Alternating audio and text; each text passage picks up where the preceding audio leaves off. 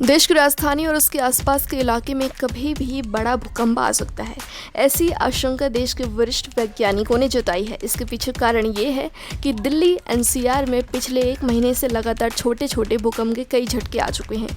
भूकंप की निगरानी करने वाली देश की सर्वोच्च संस्था the national centre of seismology ने बताया है कि 12 अप्रैल से 29 मई तक दिल्ली एनसीआर में 10 भूकंप के झटके महसूस किए गए हैं।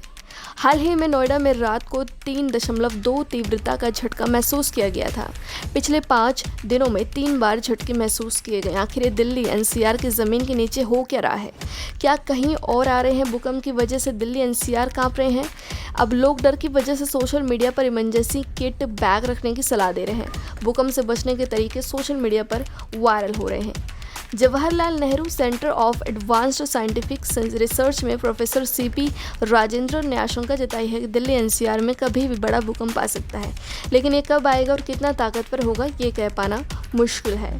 सीपी राजेंद्रन ने 2018 में एक स्टडी की थी जिसके मुताबिक साल 1315 और 1440 के बीच भारत के बाटपुर से लेकर नेपाल के मुहाना खोला तक 600 किलोमीटर लंबी सीस्मिक गैप बनाई गई थी। यानी ज़मीन के अंदर एक बड़ा गैप बन गया है। ये एक सक्रिय भूकंपीय फॉल्ट है। सीपी राजेंद्रन ने बताया कि इस गैप में आमतौर पर कोई हलचल नहीं दिखती। इस पर छोटे छोटे झटके आते रहते हैं। पिछले 600 से 700 सालों से ये गैप शांत है, लेकिन इस पर लगातार भूकंपीय दबाव बन रहा है। हो सकता है कि ये दबाव भूकंप के तौर पर सामने आए। अगर यहाँ से भूकंप आता है तो ये 8.5 तीव्रता तक का हो सकता है। अगर दिल्ली एनसीआर क्षेत्र में 8.5 तीव्रता का भूकंप आता है तो ये भयावह तबाही का मंजर देखने को मिलेगा। दिल्ली एनसीआर के नीचे 100 से ज़्यादा लंबी और गहरी फॉल्ट्स हैं। इसमें से कुछ दिल्ली हरिद्वार रिज, दिल्ली सरकोधा रिज और ग्रेट बाउंड्री फॉल्ट पर है। इनके साथ ही कई सक्रिय फॉल्ट्स भी इनसे जुड़े हुए हैं। ये सारे फॉल्ट्स हिमालय की टेक्टोनिक प्लेट से सटे हुए हैं। ऐसे में हिमालय के टेक्टोनिक प्लेट में होने वाले बदलावों की वजह से दिल्ली के आसपास के फॉल्ट्स हिलते हैं या कांपते हैं, जिनकी वजह से दिल्ली एनसीआर में भूकंप के झटके महसूस होते हैं। हिमालयन टेक्टोनिक प्लेट के नीचे हो रही गतिविधियों से दिल्ली के अंदर दबाव बनता है। ये दबाव जब रिलीज होता है तब भूकंप आता है। ये हल्के भी हो सकते हैं या फिर खतरनाक। ऐसे ही दबाव के रिलीज होने का नतीजा था 29 मई को रोहतक में आया 4.6 तीव्रता का भूकंप। दिल्ली और आसपास के इलाकों में ऐसे भूकंप पहले भी आ चुके हैं। 1960 में दिल्ली 4.8 तीव्रता का भूकंप आया था। दिल्ली की 75% इमारतें हिल गई थी। उत्तरी कैंट से लेकर गुरुग्राम तक जमीन में दरारें आ गई थी। लाल किला और राष्ट्रपति भवन को भी नुकसान हुआ था। 100 से ज़्यादा लोग अफरा तफरी में घायल हो गए थे।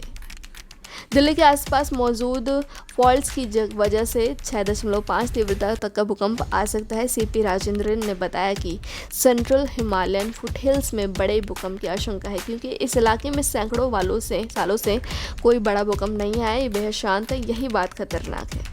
राजेंद्रन ने बताया कि इंडियन प्लेट लगातार उत्तर की ओर खिसक रही है। इसकी वजह से हिमालय में दबाव बन रहा है। जिस दिन ये दबाव रिलीज होगा एक भयानक भूकंप या भूकंपों की श्रृंखला आ सकती है, लेकिन ये कब होगा ये बता पाना मुश्किल है। राजेंद्र ने बताया कि यमुना नदी की मिट्टी ऐसी है कि उस पर भूकंप का ज़्यादा खतरा है। इसकी वजह से इमारतों को नुकसान पहुंच सकता है। अगर हिमालय की तरफ से भूकंप के झटके आते हैं तो गंगा का मैदानी इलाका और यमुना का इलाका बुरी तरह से प्रभावित होगा। हिमालय की तरफ से भूकंप आएगा तो दिल्ली, हरियाणा, उत्तर प्रदेश, गढ़वाल और कुमाऊं क्षेत्र पर ज़्यादा असर पड़ेगा। दिल्ली सीस्मिक जोन 4 में है, यानी ज़्यादा खतरनाक और संवेदनशील इलाके में है। भूकंप आएगा तो दिल्ली एनसीआर में भयावह तबाही का मंजर देखने को मिलेगा। दरअसल भूकंप को मापने के लिए भारत को जोन 2, जोन 3, जोन 4 और जोन 5 में बांटा गया है। राजधानी दिल्ली और उसके आसपास का इलाका जोन 4 में आता है।